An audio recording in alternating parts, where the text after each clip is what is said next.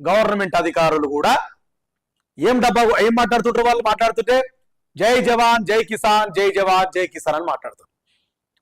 ఇక కిసాన్ పరిస్థితి ఎట్లుందో భారతదేశంలో కావచ్చు, తెలంగాణ రాష్ట్రం కావచ్చు, అందరికి తెలిసిన కథనే.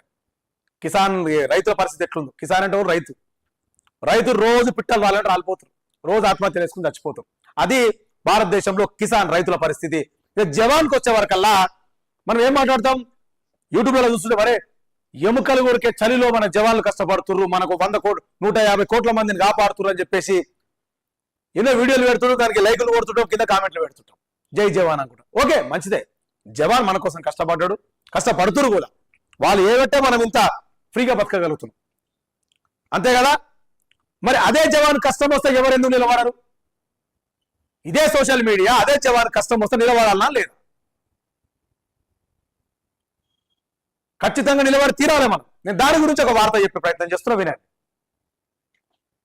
భూమి కోసం రిటైర్డ్ ఆర్మీ జవాన్ తిప్పలు, 5 ఎకరాల కేటాయించాలని ఆర్డీఓకు లేక 10 నెలలుగా తిరుగుతున్న పట్టించుకోని అధికారులు, తిరిగి తిరిగి విసిగిపోయిన జవాన్. ఇది పరిస్థితి జవాన్లది, తెలంగాణ రాష్ట్రం ఇది పరిస్థితి. అది ఏదో వివరించే ప్రయత్నం చేస్తాం మీకు. ప్రభుత్వ భూమి కేటాయింపు కోసం ఆసిఫాబాద్ జిల్లాకు చెందిన రిటైర్డ్ ఆర్మీ జవాన్ శ్రీకాంత్ నానా కష్టాలు పడుతున్నాడు. దేశ రక్షణకు ఏళ్ల తరబడి సేవలు అందించిన ఒక మాజీ సైనికుడు తన న్యాయమైన సమస్య పరిష్కారం కోసం గత 10 నెలలుగా ఎంఆర్ఓ కార్యాలయం చుట్టూ తిరుగుతున్నాడు. కానీ అధికారులు మాత్రం పట్టించుకోకపోవడంతో బాధితుడి ఆవేదన వ్యక్తం చేశారు.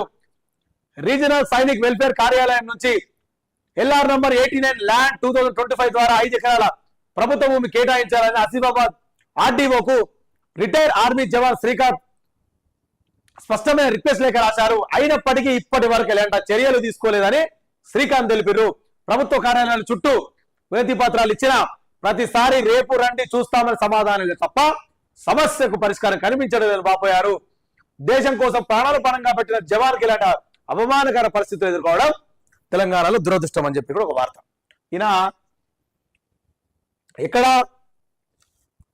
ఆసిఫాబాద్ జిల్లాకు చెందిన రిటైర్డ్ ఆర్మీ శ్రీకాంత్ అనే ఆర్మీ రిటైర్డ్ సైనికుడు. ఇప్పుడు చెప్పినా కదా, ఆయనకు వచ్చిన కష్టం ఇది. ఆయన భారతదేశానికి బార్డర్ లో ఎన్నో ఏళ్ళు మనల్ని కాపాడుకుంటా సేవలు అందించాడు. సేవలు అందించి రిటైర్మెంట్ అయిన తర్వాత కుటుంబంతో హాయిగా బతుకుదామని చెప్పేసి ఆయనకు సెంట్రల్ గవర్నమెంట్ ప్రతి ఒక్క రిటైర్మెంట్ ఎంప్లాయీకి 5 ఎకరాల భూమి ఇస్తుంది. అది అందరూ తెలిసిన విషయమే. అరే నా 5 ఎకరాల భూమి నాకు ఈరు అని చెప్పేసి ఇదే ఆఫీసర్ల చుట్టూ 10 నెలలు తిరుగుతుండట ఈ శ్రీకాంత్ అనే సైనికుడు, రిటైర్డ్ సైనికుడు. రేపురా మాపురా ఎల్లుండ్రా అని చెప్పేసి పిట్ట కథలు సొల్లు మాటలు చెప్పుకుంటా ఈ అధికారులు తిప్పించుకుంటారంట సైనికుడు. ఇప్పుడు సోషల్ మీడియాలో ట్రోల్ చేస్తారా చెయ్యరా? జై జవాన్ జై జవాన్ జై జవాన్ చెప్పుకుంటాం కదా, చెప్పుడు కాదు.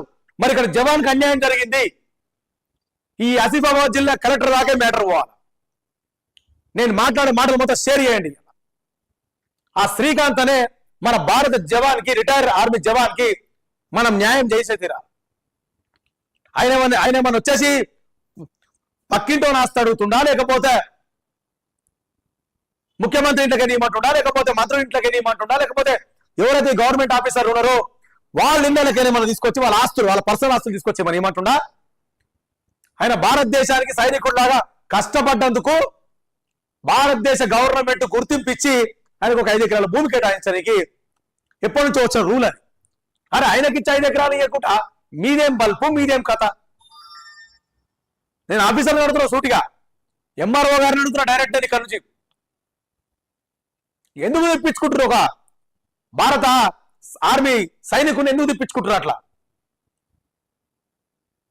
ఖచ్చితంగా ఫ్రెండ్స్ ఇది షేర్ చేసి తీరాలా.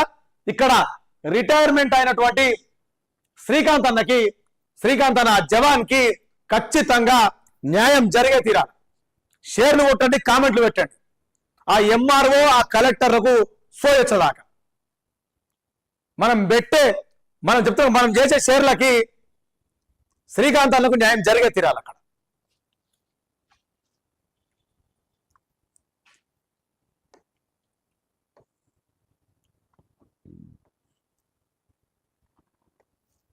అదేవిధంగా